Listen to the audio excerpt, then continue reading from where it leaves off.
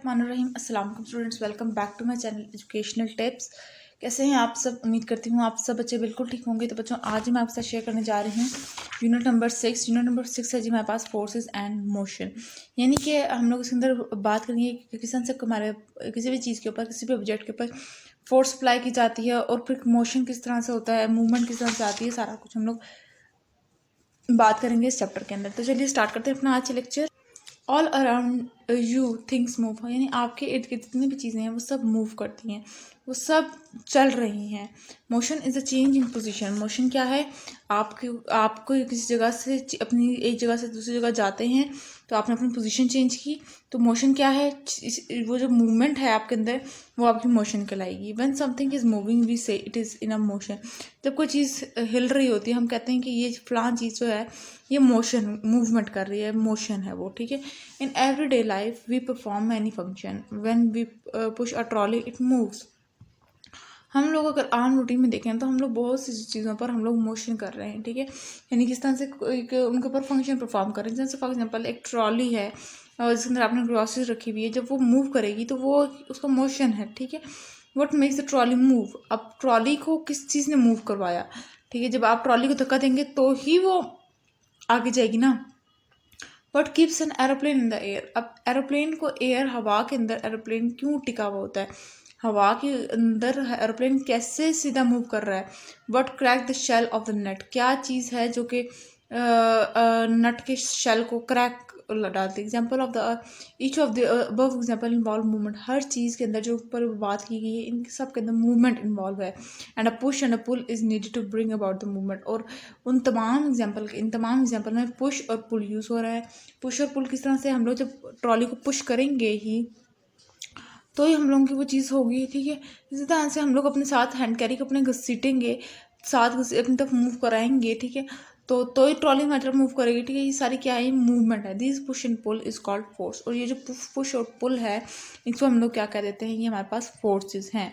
Forces is what causes things to move. और force क्या है? फोर्स वो चीज़ है जो कि किसी भी चीज़ को, किसी भी ऑब्जेक्ट को मूव करने पर मजबूर कर देती है।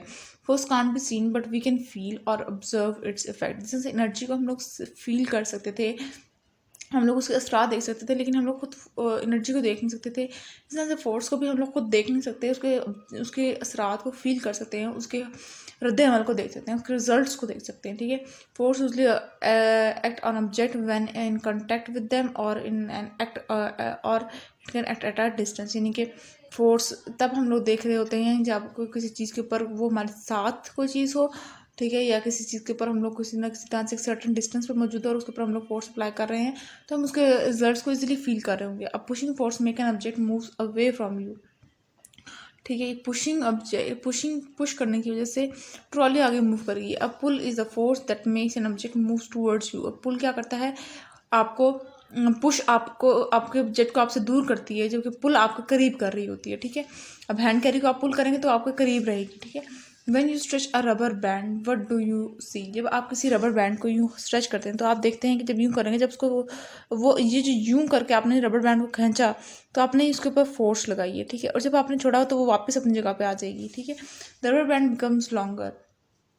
This is because you are exerting force on the rubber band. जब आप रबर बैंड को यूँ खींच रहे हैं, स्ट्रेच कर रहे हैं, तो आप देखेंगे कि रबर बैंड लंबी होती चली जाएगी और जैसे ही आप छोड़ेंगे तो वो छोटी हो जाएगी वापस।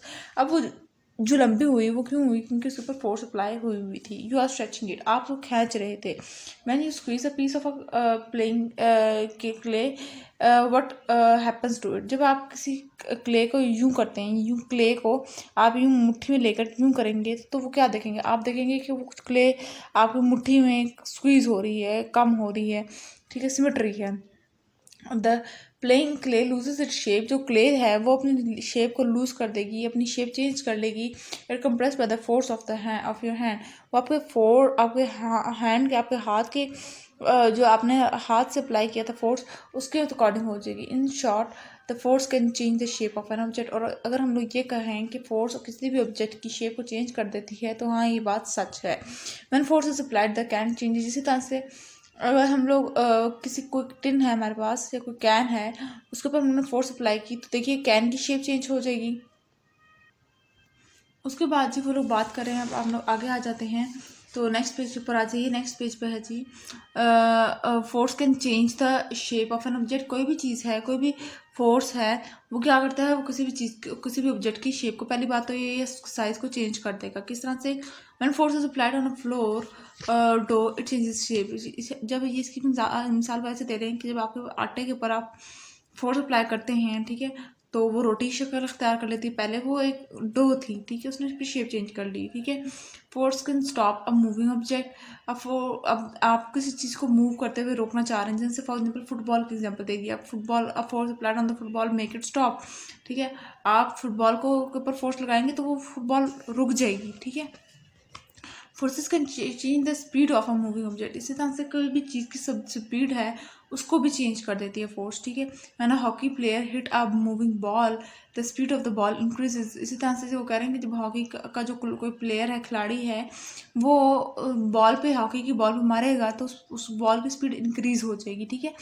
In a cricket match, when a moving cricket ball is hit by a bat, then the direction of the circuit then the direction of the cricket ball changes, ठीक है। ये वो कह रहे हैं कि इसी तरह से अगर हम लोग क्रिकेट की बॉल की जगह देखें, ठीक है, तो जब वो बैट बॉल को हिट करता है तो उसकी डायरेक्शन चेंज हो जाती है, ठीक है। वो कहाँ से कहाँ जाती है ball. There are many types of forces, there are two main type of forces that are always acting on a body, are gravity and friction. अब वो कह रहे हैं यूँ तो हमारे पास बेशुमार टाइप्स की फोर्सेस हैं, लेकिन जो दो मेन टाइप ऑफ फोर्स है जो कि किस हर ऑब्जेक्ट के ऊपर अप्लाई हो रही है, वो एक तो है हमारे पास ग्रेविटी और दूसरी फोर्स है हमारे पास फ्रिक्शन। ग्रेविटी क्या है बेटा? Gravity is the force that pools things towards each other, यानी कि जो चीज़ों को एक दूसरे के करीब रख रही है, ठीक है, वो क्या है हमारे पास? ग्रेविटी, ठीक है। ये देखिए ग्रेविटी ही है जो भी हम लोग इधर बैठे हुए हैं, वरना ग्रेविटी ना होती तो हम उड़ रहे होते भाई। The larger an object is the stronger the force of gravity. है जितना बड़ी कोई चीज़ होगी, ठीक है, जितनी भारी और जितनी वजनी चीज़ होगी उतनी ही ज़्यादा उसके ऊपर फोर्स ऑफ ग्रेविटी अप्लाई हो रही होगी।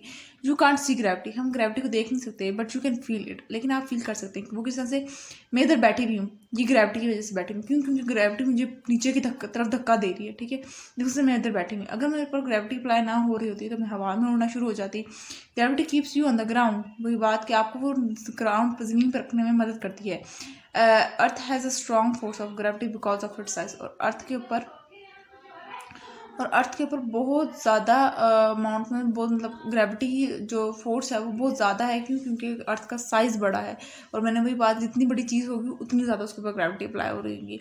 अर्थ कीप यू ऑन ग्राउंड, ठीक है, अर्थ आपको क्या ज़मीन पर रखने में मदद कर रहा है, ठीक है। उसके बाद फिर हम लोग बात करते हैं जी, नेक्स्ट पेज पे आ जाइए। The gravity of earth is stronger than the gravity of smaller things, that is why a ball on the air will fall back to the earth। अब वो कह रहे हैं कि जब अर्थ की ग्रेविटी ज़्यादा है, ठीक है, तो ये छोटे से छोटी चीज़ के ऊपर भी अप्लाई होती है। देखिए जब हम लोग बैट बॉल खेल रहे हैं, ठीक है, तो जैसे ही वो बॉल हवा में जाती है वो वापस ज़मीन पर ही आती है। क्यों? क्योंकि उसके ऊपर ग्रेविटी अप्लाई हो रही होती है। Gravity pulls the parachute towards earth. इसी तरह से पैराशूट भी अर्थ की तरफ ही आ रहा होता है। Gravity pulls the parachute down. A throw pushes the apple into the air. Gravity pulls the apple down. अब देखिए आप कोई भी चीज़ हवा में उछाल के देखें तो उसने वापस नीचे ही आना है। क्यों? क्योंकि उसके ऊपर ग्रेविटी अप्लाई हुई है। फिर आगे हम बात कर दी है फ्रिक्शन की। अब फ्रिक्शन क्या है? If a force that occur when it is a force that occur whenever two bodies और the surface comes in contact with each other. ये क्यों ऐसी फोर्स है? जब दो चीज़ें, कोई दो बॉडीज हैं, वो आपस में कॉन्टैक्ट में आएंगी, आमने सामने आएंगी, तो क्या उनके ऊपर फ्रिक्शन अप्लाई हो रही होगी। Friction always act in a direction opposite to the direction of the movement of the object. अगर दोनों बॉडीज इस तरफ को करीब हो रही हैं तो फ्रिक्शन होगी जो उनको कह रही होगी, फ्रिक्शन दोनों की ऑपोजिट डायरेक्शन में। फ्रिक्शन कह रही होगी कि तुम इधर, ये वाली उंगली इधर मूव करे और ये वाली उंगली उधर मूव करे, ऑपोजिट डायरेक्शन में मूव कर रही होगी उनके मूवमेंट से। मूवमेंट करीब की है तो ऑपोजिट क्या होगा? दूर करने का। Rough surface make more friction than a smooth surface. जो हमारे पास जितने भी रफ सर्फेसेस हैं उनके अंदर फ्रिक्शन ज़्यादा होती है, जबकि अगर हम लोग स्मूथ सर्फेसेस की बात करें उनके अंदर कम फ्रिक्शन होती है। ऑन अ रफ रोड, अगर हम लोग रफ रोड की बात करें, ऐसी रोड जिसके ऊपर कोई सही तरह से कच्ची पक्की रोड है, अब bicycle is harder to move than on a smooth road. अब बाईसाइकिल जो है उस रोड के ऊपर वो काफ़ी मुश्किलों से चलेगी, जबकि स्मूथ रोड के अंदर ईजिली रन कर लेगी बाईसाइकिल, ठीक है। अब हमारे पास एडवांटेजेस ऑफ फ्रिक्शन क्या क्या है, एडवांटेज हम लोग को क्या है, फ़ायदे क्या है फ्रिक्शन के। Friction plays a major role in your life, you need to friction to walk, without friction you will be slipping and sliding over everything. अब वो कह रहे हैं कि अगर हम लोग डेली रूटीन में देखें तो हम लोग को फ्रिक्शन की ज़रूरत है। क्यों? अगर फ्रिक्शन ना होती ना तो क्या हम चल ना सकते, हम बस स्लाइडिंग ही कर रहे होते, ठीक है। We need friction to write on a paper with pencil, हमें फ्रिक्शन चाहिए कि हम लोग पेंसिल के ऊपर मतलब पेपर के ऊपर लिख सकें कुछ भी पेंसिल से। If there is no pencil the pencil will slide over the, अगर फ्रिक्शन ना होती तो पेंसिल यूँ स्लिप होना शुरू हो जाती है पेपर पर ही, ठीक है। Pencil lead leaves marks on the paper due to the friction, ठीक है। वो जो पेंसिल के निशान पड़ जाते हैं वो पेंसिल लिखती है, क्यों? क्योंकि फ्रिक्शन होती है। Friction is also needed to drive the car and ride a bicycle, friction between the tyres and the road stop them from skidding. अब वो कह रहे हैं कि फ्रिक्शन जो है वो इसी तरह से हमारी बाइक्स और कार्स के टायर्स के अंदर और रोड के अंदर मौजूद होती है। फ्रिक्शन कहाँ पे? बाइक्स और कार्स के अंदर होती है, उसके टायर और रोड के अंदर, ठीक है। अगर ना होती तो क्या होता कि टायर स्लिप होते, स्किडिंग होती, ठीक है। अब जब अगर हम लोग बात करें डिसएडवांटेज ऑफ फ्रिक्शन की, डिसएडवांटेज क्या है? Friction is also a problem in many cases, friction काफ़ी जगहों पर बहुत ज़्यादा हमारे लिए मुसीबत भी क्रिएट कर रहा है। जाहिर सी बात है, जिस चीज़ के फ़ायदे हैं उस चीज़ के नुकसान तो होंगे। Friction is produce when two surfaces rub each other, जो फ्रिक्शन तब प्रोड्यूस होती है जब दो चीज़ें एक दूसरे के साथ रगड़ खाती हैं, ठीक है, आपस में यूँ रब होती हैं, ठीक है। रबिंग क्रिएट्स हीट, और जब रब होगी, जब दो चीज़ें आपस में रगड़ खाएंगी तो क्या हीट प्रोड्यूस होगी। This heat cause a lot of wear and tear in machine. अब जब ये रिगड़ खाएंगी तो क्या होगा? काफ़ी चीज़ें ख़राब होंगी हमारे पास। कोई मशीन के अंदर रिगड़ आ जाए तो वो तो मशीन ख़राब होगी, ठीक है। तो ये उसका डिसएडवांटेज है। The sole of your footwear get worn out do the friction, आपकी अगर जूते में और रोड में फ्रिक्शन हो जाए, ठीक है, आप यूँ घुसट के चलेंगे रोड पर तो आपकी फ्रिक्शन होगी, जिससे आपका नीचे से जूता ख़राब हो जाएगा। फ्रिक्शन मेक मूवमेंट डिफिकल्ट, ठीक है, जिसकी वजह से फ्रिक्शन के अंदर क्या, फ्रिक्शन की वजह से आपको वो चलना मुहाल हो जाएगा। when you want to move something you need to overcome friction, इस वजह से जब आपको कोई चीज़ चलानी है तो आपको फ्रिक्शन कम रखनी पड़ेगी। Friction lead to lots of energy wastage, vehicle require more fuel to overcome friction. इसी तरह से फ्रिक्शन की वजह से हमारे पास क्या है, ज़्यादातर बहुत ज़्यादा एनर्जी लॉस होता है, क्योंकि ताकि जो व्हीकल्स हैं उनका फ्यूल काफ़ी ज़्यादा यूटिलाइज होते हैं, ताकि उनके अंदर फ्रिक्शन कम रख जा सके, ताकि लॉस ना हो हमारा इंजन का, ठीक है। अब वो कह रहे हैं कुछ हमारे पास मशीन्स की बात नीचे की है। Simple machines are tools that make your work easier and faster by using much less force. Machine क्या है? कोई एक ऐसा टूल है मशीन जो कि आपका काम आसान करते हैं और आपका काम जल्दी हो जाए, वो आपके पास मशीन कहलाएगी। जैसे हमारे पास पुली है या लीवर है। लीवर किस लिए? कोई भारी चीज़ उठाने के लिए। वेज है, लकड़ी के अंदर बीच में सुराख करने, लकड़ी को बीच में से काटने के लिए, ठीक है। तो ये क्या करती हैं? ये आपका काम आसान कर देती हैं, ठीक है। अब देखिए उन्होंने आगे कुछ सिंपल मशीन्स की बात की गई है, जिसमें सबसे पहले बात करते हैं तो पुली है। A pulley consist of a wheel with a grooved edge and rope chairs to raise lower और move a load attach to one end of the rope. अब पुली क्या है कि एक ऐसी व्हील है हमारे पास जिसके साथ हमारे पास एक एंड पर हमारे पास जो लोड है, जो जिसको हमने उठाना है, वो चीज़ अटैच हुई होती है एक एंड पर रस्सी के, और उसके ज़रिए हम लोग उस चीज़ को उठा के ले जाते हैं। A pulley is use to lower blinds on window and to lift water from wells. अब पुली कब यूज़ हो रही है? कि कुएं से पानी निकालने के लिए पुली इस्तेमाल हो रही होगी। देखिए कुएं के अंदर अगर हम लोग एग्जाम्पल लें तो एक साइड पर बकेट अटैच होती है और दूसरी साइड से हम लोग खींच रहे होते हैं, ठीक है। तो वो क्या हमारे पानी उठाने में उसको आसानी होगी, ठीक है। अब वो आगे बात करें लीवर क्या है? Lever is a bar that rest on a support and help you to exert a bigger force when you turn it. अब वो कह रहे हैं कि लीवर क्या है? ये ऐसा बार है जो कि आपको कोई बड़ी चीज़ें उठाने में मदद करेगा। It is use to lift और move loads by applying the force at one end. आप लोड को उठाएं, एक एंड से आप फोर्स अप्लाई करते हैं। Bottle openers, a pair of scissors and a claw hammers are example of lever। अब देखिए जो हमारे पास जो बोतल आती हैं, बोतल का ओपनर का वो जो टूल होता है, जैसे हमारे पास जो कांच की बोतलें होती हैं, ठीक है, जिसके अंदर हमारे पास सोडा वगैरह आ रहा होता है, उसको वो जो ओपनर लगा हुआ होता है, देखिए आप किस तरह से एक तरफ से फोर्स अप्लाई करते हैं तो फ़ौरन ही बोतल का ढक्कन उतर जाता है। अब बात करते हैं आगे वेज की। Wedge is an object with a slanted edge which is sharp the sharp edge help to cut things. अब वो कह रहे हैं वेज क्या है, यूँ कहते हैं हमारे पास एक आरी है, ठीक है, जिसका एक एंड बहुत शार्प होता है, वो क्या काम कर रहा होता है कि चीज़ों को काटने में मदद कर रहा होगा। अब बात करते हैं व्हील और एक्सिल की।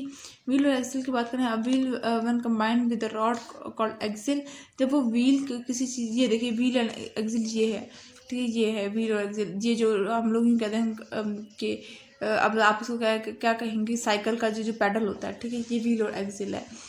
ये क्या जब इसके साथ मतलब कि यूँ कहते हैं कि जब ये दोनों व्हील वन कंबाइंड, जब दो व्हील आपस में जुड़ जाएं, ठीक है, तो उनके दरमियान एक रॉड होता है, ठीक है, उसको हम लोग क्या कह देते हैं, एक्सिल कह देते हैं। Through it center can be use to lift and move heavy object from one place to another. It is use in bicycle, car. अब वो बता रहे हैं कि ये कहाँ इस्तेमाल होता है, ठीक है। उसके बाद फिर आप इंक्लाइंड प्लेन को कहते हैं, हम लोग तो इसको रेडी कहते हैं, आप लोग क्या कहते होंगे वो मुझे कमेंट बॉक्स में बताइएगा। This is any slant surface placed in such a way that one end is higher than the other. ये कुछ इस तरह से डिज़ाइन की गई होती है कि एक एंड जो होता है, आपने रेडी देखी है, वो मजदूरों के पास होती है, लेबर के पास अक्सर होती है, एक एंड थोड़ा सा नीचे होता है, दूसरे वाला थोड़ा सा ऊपर होता है, ठीक है। It is use for moving heavy object up and down from their height. किसी हैवी चीज़ को एक जगह से दूसरी जगह लेके जाने में मदद करते हैं। फिर हम लोग बात करते हैं गेयर को, जो कि हमारे पास गाड़ी में ज़्यादातर नज़र आता है। ये क्या करता है, gear are the wheel with teeth that are either increase the speed of the machine or the force। अब वो कह रहे हैं कि गियर क्या होता है, ये इस तरह से इनके टीथ निकले हुए होते हैं, दांत बाहर निकले हुए होते हैं, और ये क्या करते हैं कि मशीन क्या फोर्स को स्पीड अप करते हैं। किसी भी मशीनरी है, ज़्यादातर हम लोग को बाइक्स के अंदर नज़र आते हैं, गाड़ियों के अंदर नज़र आते हैं, साइकिल के अंदर नज़र आते हैं गियर, ठीक है। वन गियर कैन मेक अंदर वन टर्न फास्टर। एक पहला जो गियर है वो दूसरे गियर को कहेगा कि तेज़ चलो, ठीक है, but it also make it turn to different direction. लेकिन साथ साथ ये भी कहेगा कि मुख्तलिफ डायरेक्शन में चलो ताकि तेज़ स्पीड का आप सके उस तरह, ठीक है जी। तो ये था आज का लेक्चर, होप्स आपको समझ आ गया होगा। अगर आज का लेक्चर आप सबको समझ आ गया है तो मेरे चैनल को सब्सक्राइब कर दीजिएगा, वीडियोस को लाइक कर दीजिएगा, और साथ साथ बेल आइकन को प्रेस करना मत भूलिएगा। इससे भी आने वाली हर लेटेस्ट अपडेट सबसे पहले आप तक पहुंचेगी। मिलते हैं किसी और वीडियो में, दुआ में याद रखिएगा, अपना ख्याल रखिएगा। अल्लाह हाफिज़।